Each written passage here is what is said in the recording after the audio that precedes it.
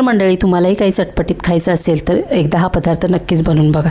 त्यासाठी कढईमध्ये 1 चमचा तेल टाकायचं आहे, 1 बारीक चिरलेली मिरची टाकायची आहे, किसलेलं अद्रक टाकायचं आहे, 1 चमचा शेजवान चटणी टाकायचं आहे। चमच्याच्या साहाय्याने सगळं मिक्स करून घ्यायचं आहे। त्यानंतर उकडलेले बटाटे टाकायचे आहेत आणि चमच्याच्या साहाय्याने पुन्हा मिक्स करून घ्यायचे।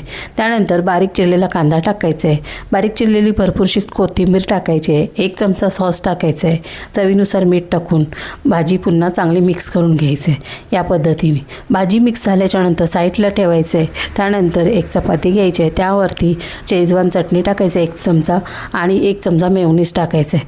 चमच्याच्या साहाय्याने सगळीकडे चपातीला पसरून घ्यायचं आहे। लगेचच बटाट्याची भाजी टाकायची आहे त्यावरती या पद्धतीने मधोमध आणि चीज टाकायचं आहे खिसून।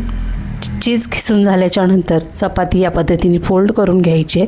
सगळे रोल या पद्धतीने तयार करून घ्यायचे आहेत। गॅसवरती तवा ठेवून त्यावरती या पद्धतीने बटर लावून घ्यायचं आहे। नंतर लाल मिरची टाकायचे, बारीक चिरलेली कोथिंबीर टाकायची आणि रोल ठेवून घ्यायचे आहेत। रोल या पद्धतीने दोन्हीही ठेवून घ्यायचे आहेत। त्यानंतर 2 ते 3 मिनटं मंद आचेवर शेकून घ्यायचे आहेत। शेकून झाल्याच्यानंतर वरतून बटर लावायचं आहे, त्यावरती पुन्हा मिरची पावडर टाकायची आहे आणि बारीक चिरलेली कोथिंबीर टाकायची। पुन्हा कोथिंबीर टाकून पुन्हा ते पलटी करून घ्यायचे आहेत। पलटी करून 2 ते 3 मिनटं पुन्हा ते शेकून घ्यायचे आहेत। शेकून झाल्याच्यानंतर तयार आहेत मंडळी आपले आलू शेजवान रोल। एकदा नक्कीच बनवून बघा।